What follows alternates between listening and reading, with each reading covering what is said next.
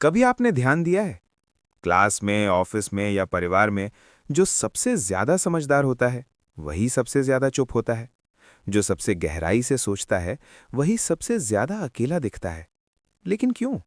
क्या समझदारी इंसान को लोगों से दूर कर देती है या सच जान लेने के बाद भीड़ अपने आप छूट जाती है?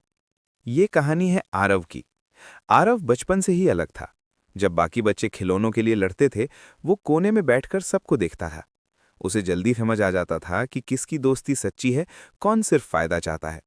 स्कूल में सब उसे ओवर थिंकर कहते थे, क्योंकि वो हर बात को गहराई से सोचता था। दोस्तों के ग्रुप में भी वो मौजूद था, लेकिन अंदर से हमेशा अलग। उसे लोगों की हंसी में भी खालीपन सुनाई देता था। उसे तारीफों में भी स्वार्थ दिख जाता था। और धीरे धीरे उसने बोलना कम कर दिया। लोगों ने कहा, तू बदल गया है। लेकिन सच ये था, वो बस समझदार हो गया था। समझदार लोग जल्दी पहचान लेते हैं कि हर रिश्ता साथ चलने के लिए नहीं बना होता।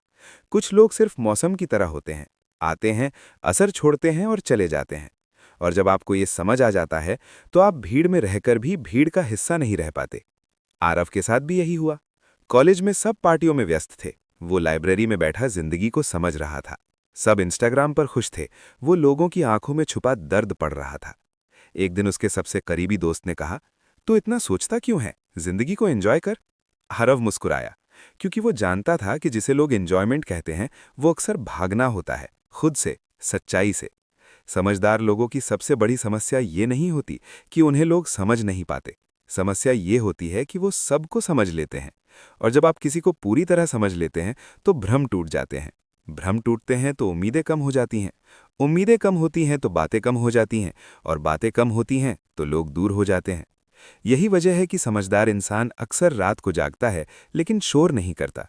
वो दर्द महसूस करता है, लेकिन दिखाता नहीं। क्योंकि उसे पता है, हर किसी को अपनी गहराई समझाना संभव नहीं। एक रात आरव छत पर बैठा था।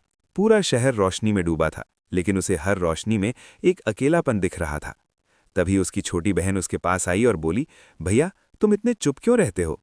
आरव ने पहली बार किसी से सच कहा, क्योंकि जब आप बहुत कुछ समझने लगते हो तो बातें कम और एहसास ज्यादा हो जाते हैं। बहन ने पूछा, तो क्या समझदार होना गलत है? आरव कुछ पल चुप रहा, फिर बोला, गलत नहीं है, बस आसान नहीं है। समझदार लोग अकेले इसलिए नहीं होते क्योंकि वो घमंडी होते हैं, बल्कि इसलिए क्योंकि उन्हें सतही बातें थका देती हैं। उन्हें गहरे रिश्ते चाहिए होते हैं, सच्ची बातचीत चाहिए होती है, जहां शब्द कम और एहसास ज्यादा हों। लेकिन ऐसे लोग बहुत कम मिलते हैं। और जब तक वो नहीं मिलते, समझदार इंसान अपनी दुनिया खुद बना लेता है। किताबों में, खामोशी में, रात की हवा में या अपनी डायरी के पन्नों में। समझदारी एक वरदान है, लेकिन ये वरदान भीड़ के साथ फिट नहीं बैठता, क्योंकि भीड़ को शोर पसंद है और समझदार को सन्नाटा। लेकिन कहानी यहाँ खत्म नहीं होती। कुछ साल बाद आरव को एक ऐसी दोस्त मिली जो कम बोलती थी लेकिन गहराई से सुनती थी, जो हंसती कम थी लेकिन महसूस ज्यादा करती थी। उसे पहली बार लगा, अकेलापन कोई सजा नहीं था, वो बस एक इंतजार था सही इंसान के आने का। तब उसे समझ आया, समझदार लोग अकेले नहीं होते, वो बस चयनशील होते हैं। वो हर किसी को अपनी दुनिया में जगह नहीं देते, क्योंकि वो जानते हैं दिल कोई रेलवे स्टेशन नहीं है जहां हर कोई आकर ठहर जाए। तो अगर आप भी खुद को अकेला महसूस करते हैं, तो शायद आप टूटे हुए नहीं हैं, शायद आप बस जाग चुके हैं। और जागे हुए लोग अक्सर भीड़ से अलग चलते हैं। अब मैं आपसे एक सवाल पूछना चाहता हूं, क्या आपका अकेलापन दर्द है, या ये इस बात का सबूत है कि आप चीजों को ज्यादा गहराई से महसूस करते हैं? क्या आपने भी कभी महसूस किया है कि आप सबको समझ लेते हैं, लेकिन आपको समझने वाला कोई नहीं मिलता? अगर हाँ, तो नीचे कमेंट में सिर्फ एक शब्द लिखिए, जागा हुआ। और अगर आपको लगता है कि समझदारी ने आपसे कुछ छीन लिया है, तो लिखिए, कीमत।